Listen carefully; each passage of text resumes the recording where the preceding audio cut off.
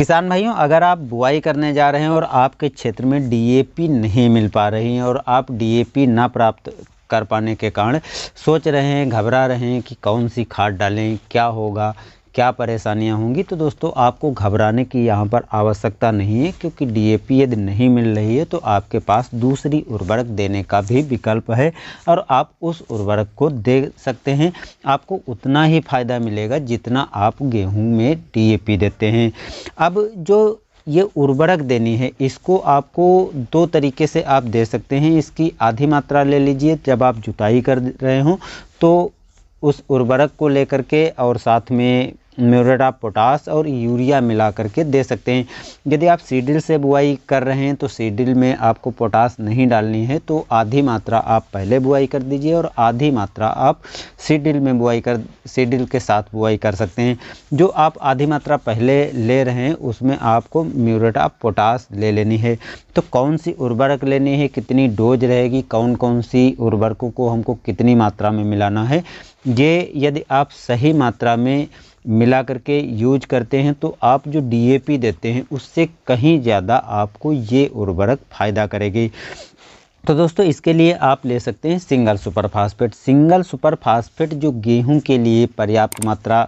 के मानक रखे गए हैं वो है 210 किलोग्राम, यानी 200 किलोग्राम कुल मिलाकर के 4 कट्टे 1 एकड़ के लिए आपको सिंगल सुपर फास्फेट लेनी होगी, क्योंकि इसमें जो है फास्फोरस की मात्रा कम होती है। तो इसलिए आपको फास्फोरस की पूर्ति करने के लिए 4 कट्टे यानी 200 किलोग्राम लेनी पड़ेगी और इसके साथ में आपको यूरिया मिला लेनी है। यूरिया आपको 1 कट्टा यानी 45 किलोग्राम का आता है, वो मिला लेना है। इसको मिला करके आप सीडिल में चला सकते हैं। अब इसकी पूरी मात्रा डालेंगे तो सीडिल में बहुत अधिक मात्रा हो जाएगी, तो इसकी आधी मात्रा कर लीजिए, यानी 100 किलोग्राम और 25, तो 125 किलोग्राम आपको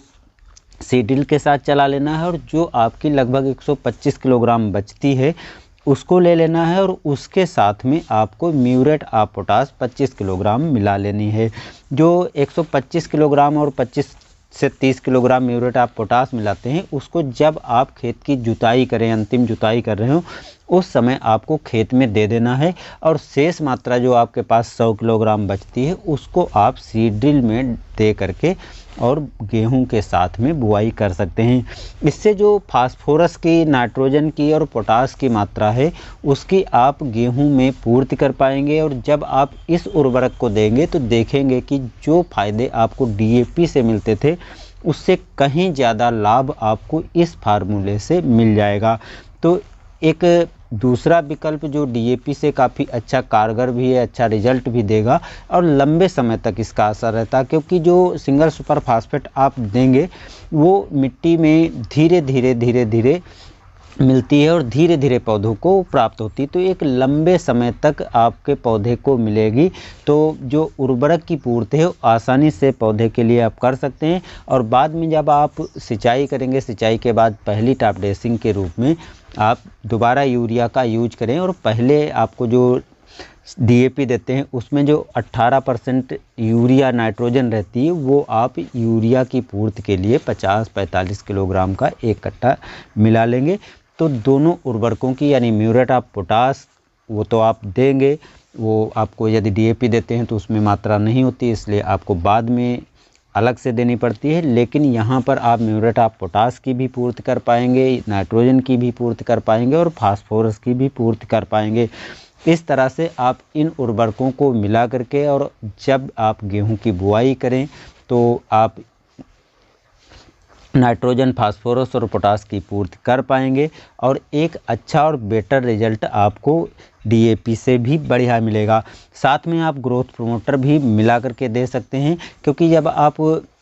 सीडिल से और अलग अलग 2 बार यूज करेंगे तो किसी में भी आप ग्रोथ प्रमोटर को भी मिला करके आसानी से दे सकते हैं। तो जो पोषक तत्वों की आवश्यकता पौधे को शुरुआती स्टेज में होती है वो आसानी से मिल जाएगी और जब भी आपका गेहूँ